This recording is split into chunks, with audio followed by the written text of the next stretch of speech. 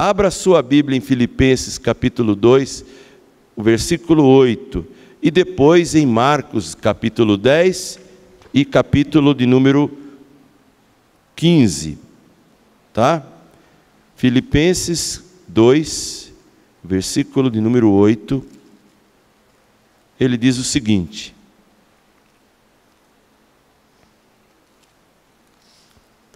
a si mesmo se humilhou, tornando-se obediente até a morte, e morte de cruz. A si mesmo se humilhou, tornando-se obediente até a morte, e morte de cruz. Vá para Marcos, capítulo 10, versos 32, 33 e 34. Marcos, capítulo 10, versos 32, 33 e 34.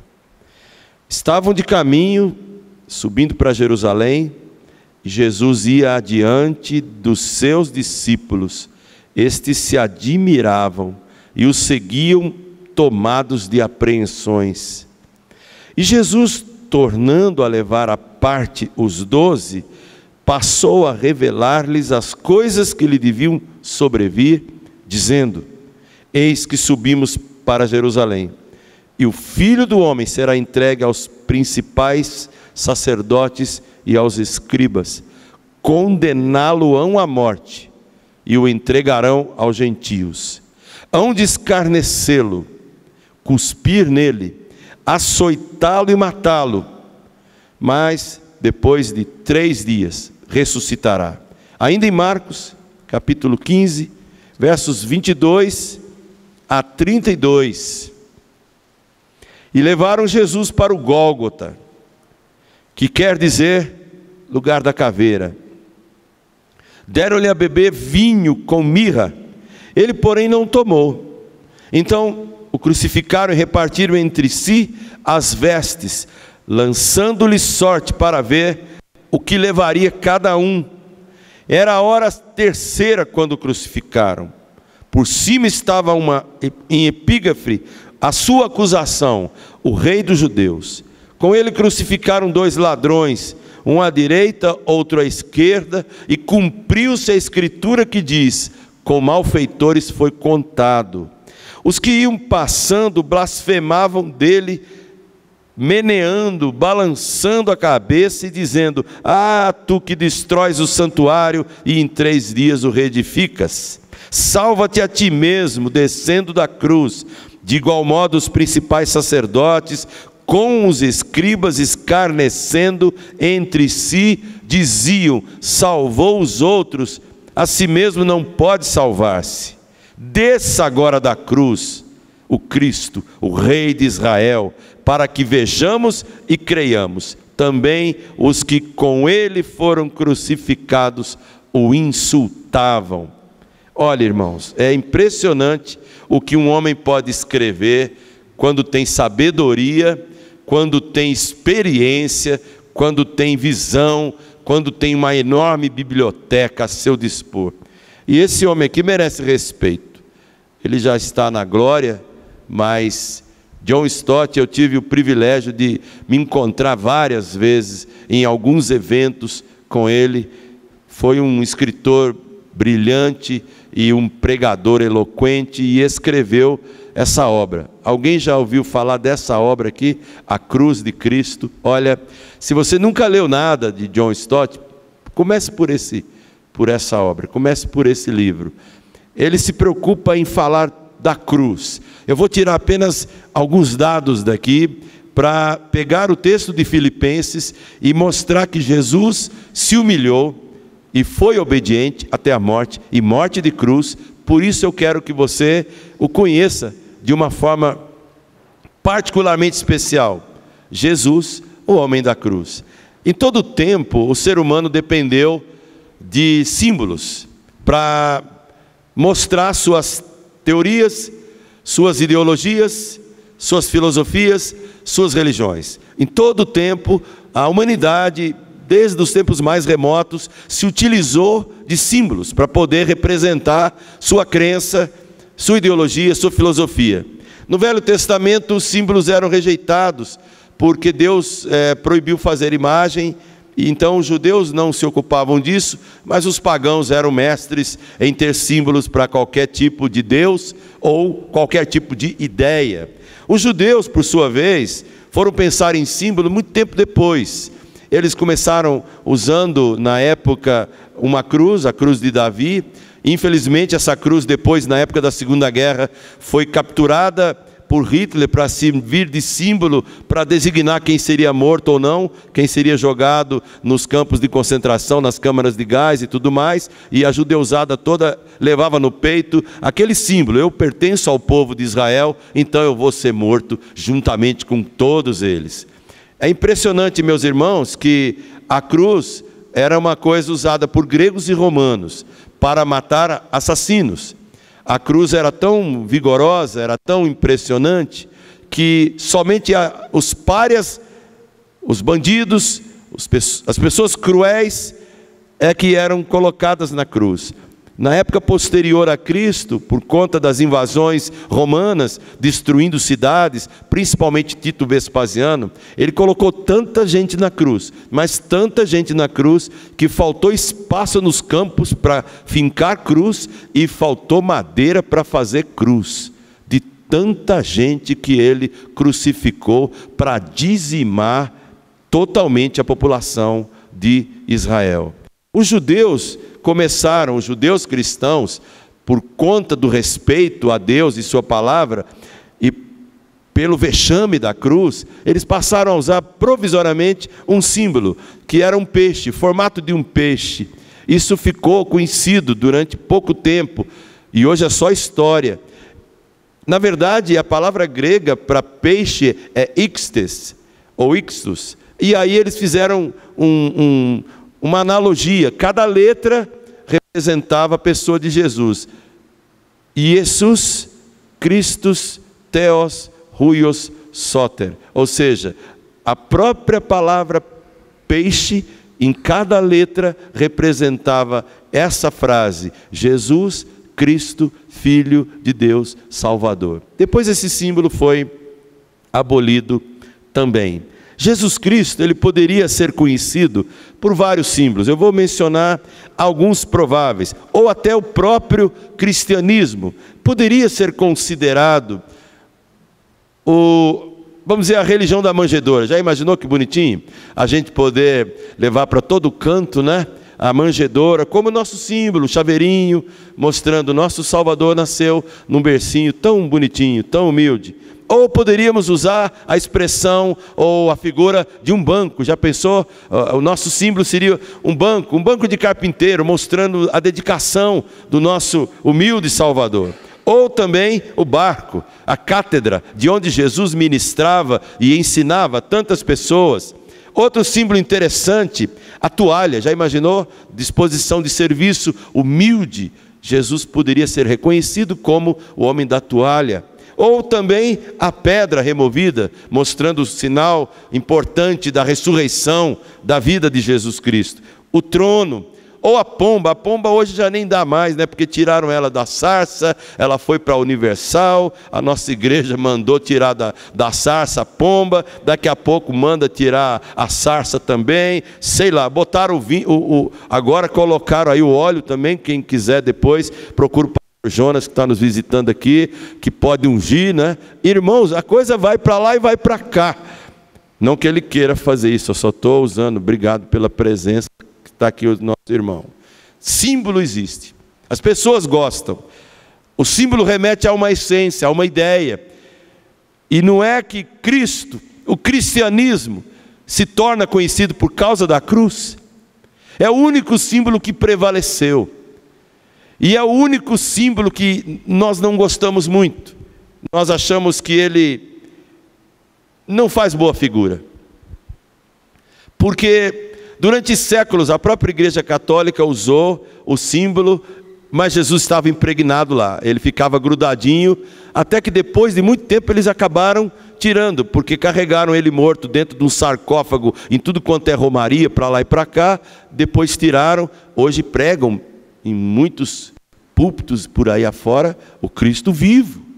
A cruz, então, é um símbolo fantástico, mas é um vexame. Não é uma coisa que agrada. Cícero, um preletor, um idealista romano, um orador romano, foi defender em 63 um senador acusado de crime de assassinato, e deitaram ele numa cruz, e ele seria preso na cruz, e Cícero advogou a causa, dizendo que era uma impiedade. Você matar um romano por um crime era uma coisa, você puni-lo com chibatadas era uma coisa, mas você colocá-lo numa cruz era inominável.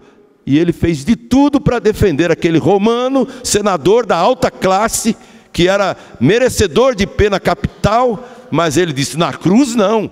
A cruz não é destinada a homens de bem, a cidadãos romanos muito menos.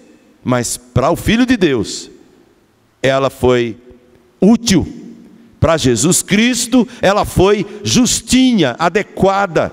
Por isso que o texto de Paulo a Filipenses deixa claro: ele se humilhou de maneira tão obediente, até chegar na cruz. Por isso que Jesus deixa os discípulos apreensivos. Em Marcos 10, uma semana antes de morrer, ele fala: olha, eu vou para Jerusalém, e as pessoas ali vão me condenar à morte, as pessoas ali vão me entregar aos gentios, eles vão cuspir em mim, eles vão me açoitar, eles vão escarnecer de mim, eles vão me matar. Eu fico pensando na cabeça dos discípulos que durante 3 anos acompanhavam Jesus dia a dia, ouviam suas mensagens, Sermão do Monte, a oração sacerdotal em João 17, a belíssima figura da analogia da figueira, puxa vida, falhou o meu português, a videira e os ramos. Meu pai é o agricultor. Ele fala isso de uma maneira tão maravilhosa, e os discípulos de repente ouvem da boca dele: eu vou para Jerusalém. Ué, no pior lugar, na pior época. Não, agora é dia de festa lá, é a Páscoa, eu preciso estar lá para celebrar. Só que o prato da Páscoa serei eu.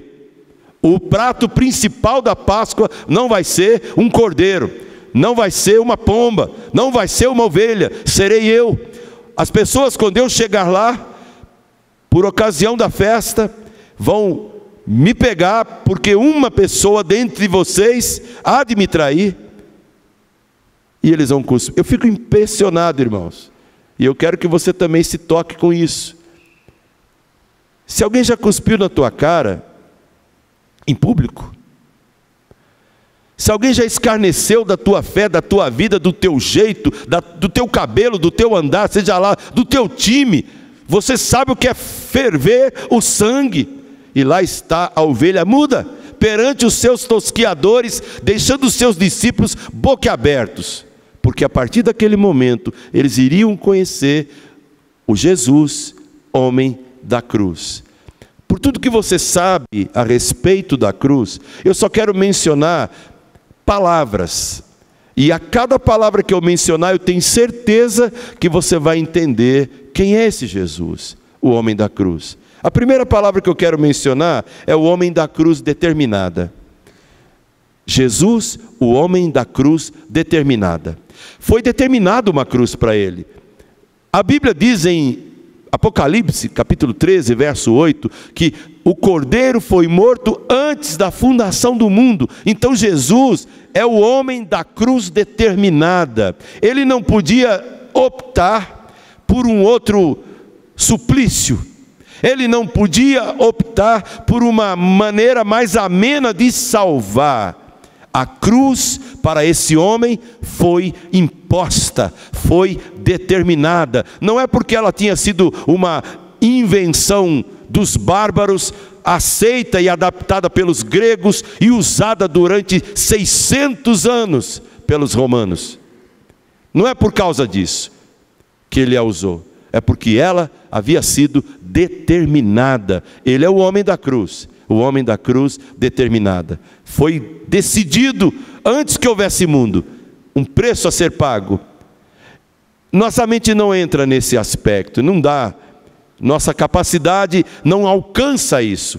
Mas tente imaginar, não é só de hermenêutica que um intérprete da Bíblia. Ele também tem que passear como um poeta pelo simbolismo e o significado mais profundo das palavras. Tente imaginar o acordo celeste.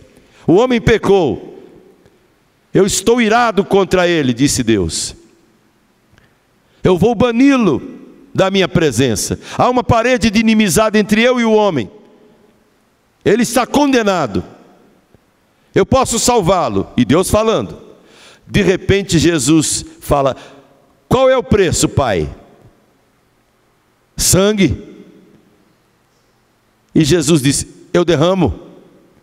E entra o Espírito Santo e diz: então o que eu faço? Eu convenço o homem do pecado, da justiça e do juízo. Se Cristo morre na cruz, então a cruz foi determinada. Determinada. Jesus, o homem da cruz, determinada.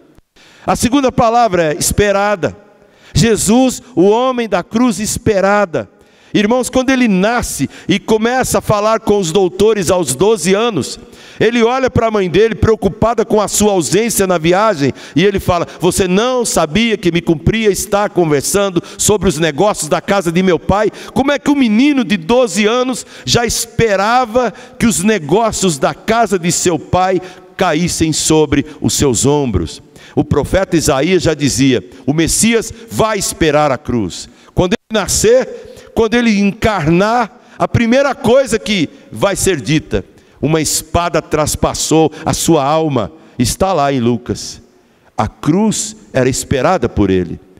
Não havia em Jesus nenhuma outra mentalidade de herói, de vencedor sem cruz. Ele é o homem da cruz, cruz determinada.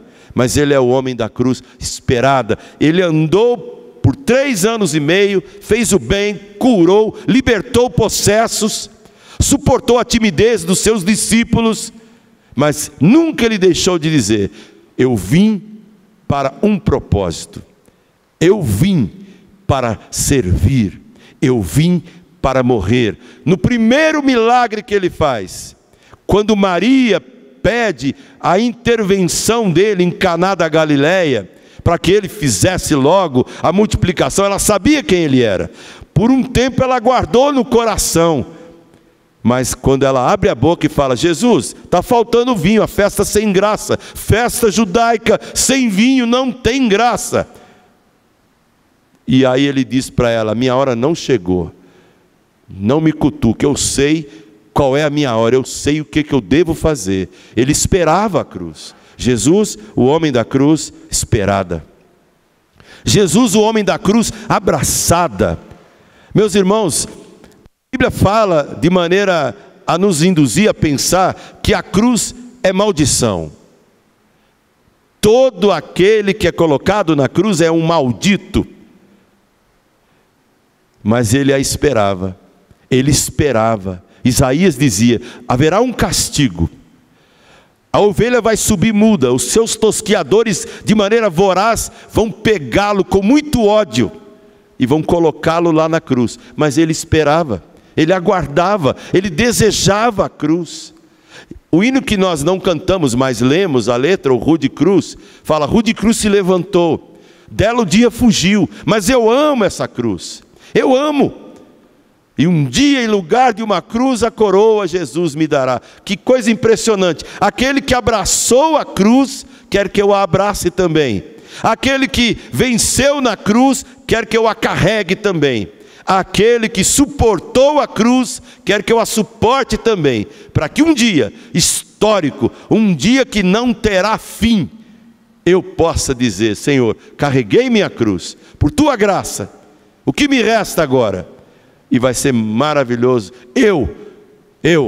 Pessoa, eu que tenho RG, que tenho CPF, eu que nasci num determinado dia, eu, ser humano, que tem começo, meio e fim, eu saberei, por minha própria cabeça, por meus próprios olhos e ouvidos, eu poderei ouvir uma frase da boca de Jesus: filho, entra, possui o reino que está preparado para você e para todos quantos amam a vinda de Jesus. Jesus, o homem da cruz, a cruz lhe foi determinada, ele não tinha opção. A cruz era esperada por ele. Ele ansiava o momento. Foi difícil, mas ele esperava. A cruz abraçada. Jesus, o homem da cruz bendita.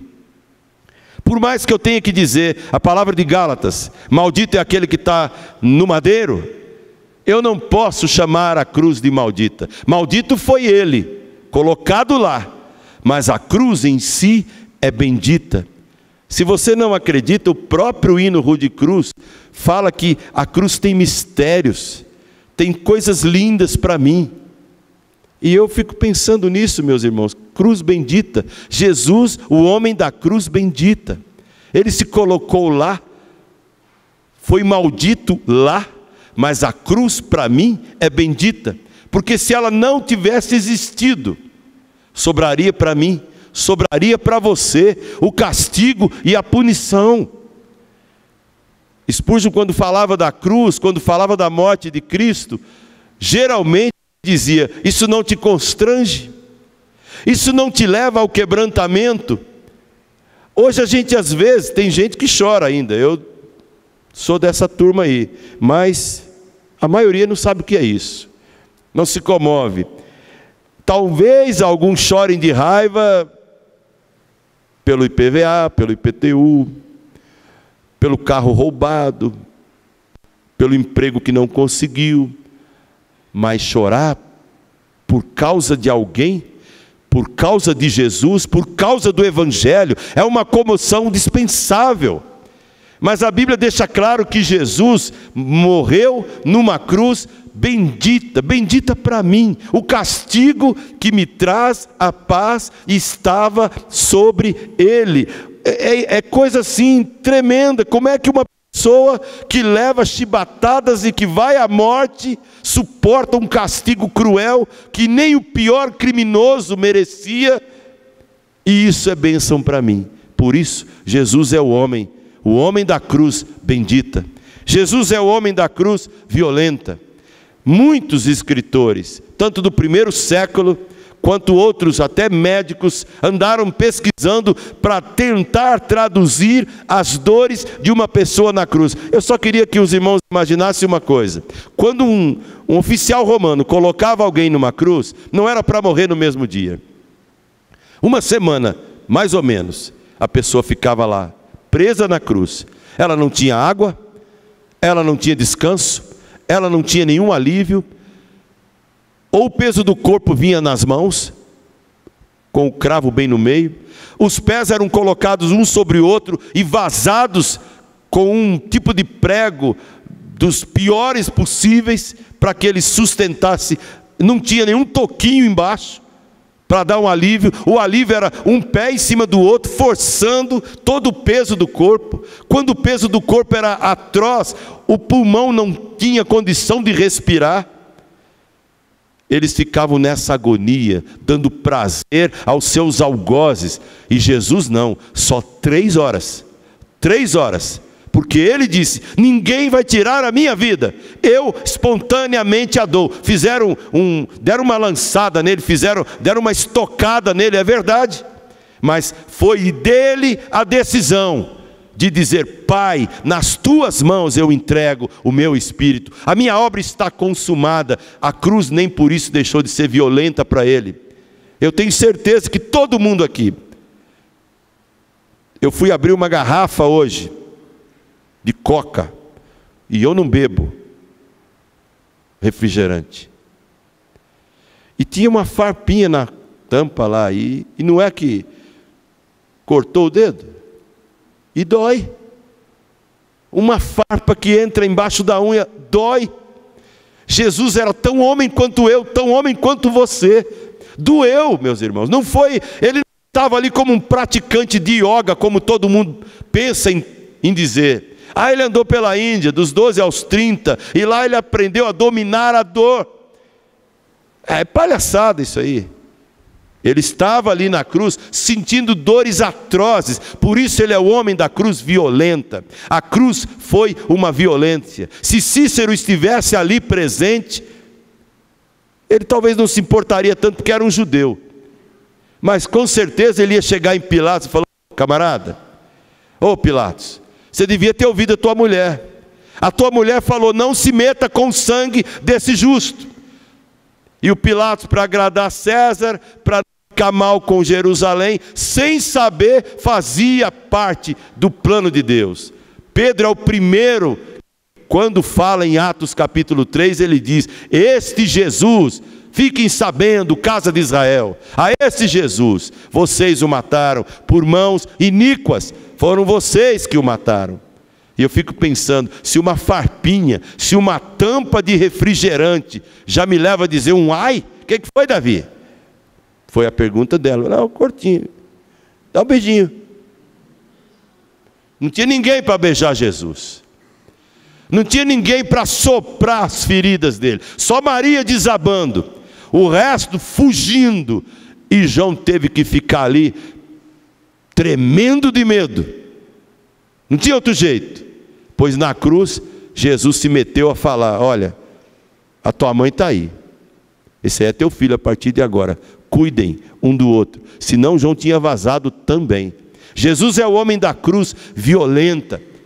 Se você um dia sofrer por amor a ele, não reclame, isso é diplomação, isso é para ser motivo de orgulho, de alegria, não fuja da luta. Jesus é o homem da cruz violenta, ele é o homem da cruz judicial também. Na verdade, Deus queria que fosse assim. Judicialmente, no tribunal de justiça de Deus, havia uma pendência. O tribunal de última instância do céu exigia que uma dívida fosse quitada, e Jesus, na linguagem de Paulo aos Colossenses, ele pegou a nota promissória que era contra nós, ele a rasgou, ele a encravou na cruz e disse: quitado para sempre. Por isso que Jesus é o homem da cruz judicial. No tribunal de Deus houve uma decisão deliberada de Deus, dívida paga, ninguém mais cobra. Satanás acho que esperneou no inferno e dizendo: eu vou continuar acusando, mas não vai adiantar nada, Jesus pagou a dívida. Quem pode levantar acusação contra aqueles que Jesus justificou? Ninguém. Então diga agora um gostoso amém, um gostoso aleluia, porque a cruz de Jesus é uma cruz judicial. Foi lá que a minha dívida foi paga. Eu não podia fazer isso, nem no inferno eu poderia pagar. Posso ir para o inferno? Será que vou? Não, eu não vou. Eu não vou mesmo, porque a minha dívida foi paga. Eu gostaria de trazer um baiano aqui, chamado Lázaro. Eu não sei quem conhece, mas tem muita gente que nem gosta, só porque ele era do Olodum, se converteu. Olha, Deus já converteu até Paulo, que era do tribunal do inferno, perseguia e matava crente. Não pode converter um camarada do Olodum. Converteu o sujeito, e o cara faz 15 ou 20 anos que canta para Jesus. Eu conheço pouca coisa dele, tem 1 ou 2 CDs dele, mas tem uma coisa que ele canta, que um dia eu vou cantar aqui, se Deus quiser. Vou pedir para o Tiago tocar ali, e vou cantar só um trecho. Ainda bem que eu vou morar no céu. Que coisa linda, uma poesia de brasileiro, tupiniquim. Vou para o céu porque Jesus, o homem da cruz judicial, pagou a minha dívida. E eu era do capeta, eu dançava para o Olodum, para o Orixá, para o Babalorixá, seja lá para o Diabo 4. E ele me resgatou, foi lá no inferno e me tirou de lá. Por isso que Jesus Cristo é o homem da cruz judicial. Que coisa linda, maravilha. Jesus é o homem da cruz substitutiva. Ele é o homem da cruz substitutiva. Era eu que tinha que estar lá. Eu devia estar na cruz. Fui eu que o coloquei lá. Fui eu que passei ali ao pé da cruz e falei: salvou tanta gente, salva a ti mesmo, eu quero ver. Se você sair daí, eu vou crer em ti. Eu zombei dele, eu tripudiei dele, fui eu. Por isso que ele é o homem da cruz substitutiva. Ele me colocou fora do inferno e ele se colocou lá. E quando ele vence, Pedro fala, ele desceu ao Hades. E tem muita gente que pensa que ele foi lá evangelizar. É porque não sabe o termo grego que ele fala. Ele foi lá e pregou aos espíritos em prisão. A palavra lá não é evangelion, é sim querigma. Ele foi fazer proclamação de um vencedor. Ele chegou lá: eu venci, acabou, cambada, acabou. Eu entrei na casa do valente, amarrei o valente e vou resgatar da casa dele todos que eu quiser. Por isso Jesus Cristo é o homem da cruz substitutiva. Ele, quando substituiu você lá na cruz, ele falou: aqui você não vai mais. Na sua vida o inimigo não tem mais poder. Ele pode te tentar, mas ele não pode te possuir. Ele não pode entrar aqui e nem entrar aqui. Ele pode, como o leão de um antigo seriado de TV, quem é lá dos anos 50, deve ter assistido, né? Um filme que tinha um leão, né? Atari, sei lá o nome do filme, era um seriado de TV. O Lawrence era um leão meio cego, meio vesgo. E acho que Satanás ficou tão atordoado com Jesus Cristo na cruz, que hoje o que resta para ele é rodear, procurando alguém a quem possa devorar. Mas se você chega muito perto de Jesus, com sua vida de santidade, ele te blinda e te fala: resista, pela fé resista, e ele fugirá de você. Porque Satanás só tem medo de uma coisa: coração puro. O resto ele não tem medo não, mas de coração puro ele tem. Por isso, Jesus Cristo é o homem da cruz substitutiva. E somente mais duas ideias, e a pior de todas é a última. Jesus, o homem da cruz, irresistível. O magnetismo da cruz é impressionante, meus irmãos. Você pode fazer um belo discurso. Como é que eu vou pregar para um amigo que é juiz? Como é que eu vou pregar para um amigo que é dono de uma empresa na França? Como é que eu vou pregar para um amigo que é ateu, diretor de uma universidade? Pregue a cruz. Dá uma cruz na cabeça dele, dá uma cruz no coração dele. Irmãos, eu preguei várias vezes na Universidade Federal de Lavras, porque lá o reitor e alguns professores eram meus presbíteros. E a gente ia lá pregar, falar, formatura, era impressionante. E os ateus, eles respeitavam, não falavam nada. Ou eram obrigados a ir, e lá vai o pastor. Chama o pastor para pregar, chama o pastor para benzer, chama o pastor para inaugurar uma ala nova, não sei o quê. Vai o pastor lá. Sementes foram deixadas, pessoas podem se converter algum dia, mas a semente está lá, o brilho da luz e da cruz está lá, mas a cruz é um vexame mesmo, ninguém quer saber dela.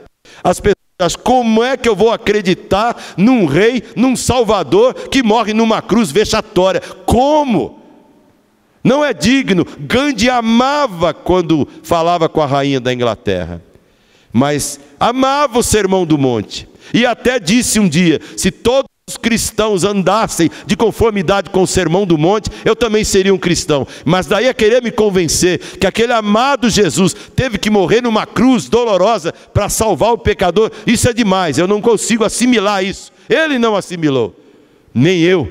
Eu apenas me rendi e falei: Senhor, tua cruz é irresistível. Jesus é o homem da cruz irresistível. Ela tem um poder magnético impressionante. Fale dela, e a pessoa que você menos espera vai falar um dia: eu me rendo, eu me rendo, eu não posso lutar contra ela. E o pior desses homens se chamava Saulo, e ele estava caminhando para Damasco, respirando ameaças, querendo matar, querendo prender. E num belo momento antes de chegar em Damasco, quem aparece? O crucificado, o ressurreto. Paulo cai, ouve uma voz, uma luz imensa brilha, ele fica cego, e ele ouve uma voz. Eu acho que Paulo deve ter se borrado todo. Saulo, Saulo. Não era essa voz, era muito mais grandiosa. Por que me persegue, Saulo? Você vai saber agora que dura coisa é recalcitrar contra os agrilhões. Para quem não sabe, dura coisa é dar murro em ponta de faca, se revolver naqueles grilhões que te prendem na escravidão do pecado. Você vai aprender, e daqui para frente você vai ser meu seguidor, você vai ser meu serviçal, você vai pregar por aí, porque você vai sofrer por aqueles que você fazia sofrer. Jesus Cristo mudou pela cruz a vida de Paulo. Por isso Jesus é o homem da cruz, cruz irresistível. E a última etapa, Jesus, o homem da cruz compartilhada. Se alguém quer me seguir, ele disse, venha, pode vir.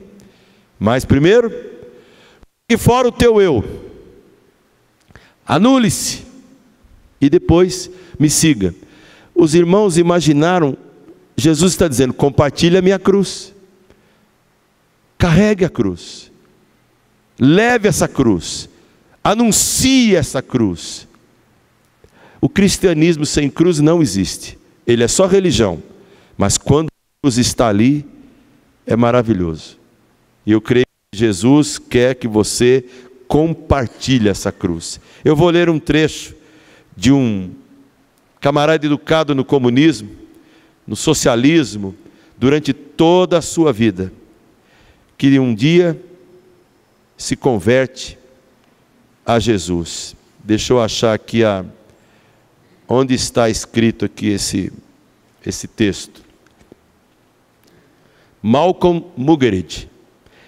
Ele foi educado num lar socialista, conheceu uma escola dominical socialista, com muito agnosticismo, mas sem enaltecer a pessoa de Jesus. Na juventude, pressionado por toda a postura e ideologia do seu país, incomodado com a cruz, ele escreveu esse texto. Eu tinha um vislumbre de uma cruz, não necessariamente um crucifixo, talvez 2 pedaços de madeira acidentalmente unidos, num poste telefônico, por exemplo, e de súbito meu coração parava. De um modo instintivo e intuitivo, eu compreendia que se tratava de algo mais importante, mais tumultuoso, mais apaixonado do que nossas boas causas, por mais admiráveis que fossem. Era, eu sei, um interesse obsessivo. Às vezes eu mesmo juntava pequenos pedaços de madeira. Esse símbolo, considerado irrisório em minha casa, por meus pais, contudo, o foco de esperanças e desejos inconcebíveis. Um menino reprimido a vida inteira para negar Cristo e negar a cruz, espontaneamente, por causa de 2 pedaços de madeira, escreve isso. Ao lembrar-me disso, ele fala, uma sensação do meu próprio fracasso pesa profundamente sobre mim. Eu devia tê-la usado sobre o meu coração. Devia tê-la carregado como um precioso estandarte, que jamais deveria sair de minhas mãos. Embora eu caísse, devia ser segurado no alto. Ela devia ter sido o meu culto, o meu uniforme, a minha linguagem, a minha vida. Eu não terei desculpas. Não posso dizer que não sabia. Eu sabia desde o princípio e me afastei dela. A cruz é a cruz de Jesus. É a minha, é a tua. Para a glória de Deus, louve ao Senhor com a sua vida e com esse cântico. Nada além do sangue. Nada além do sangue de Jesus. Deus abençoe a sua vida e não tenha vergonha de Jesus, o homem da cruz. Carregue-a como símbolo do triunfo dele e do teu, do meu e do nosso. Amém.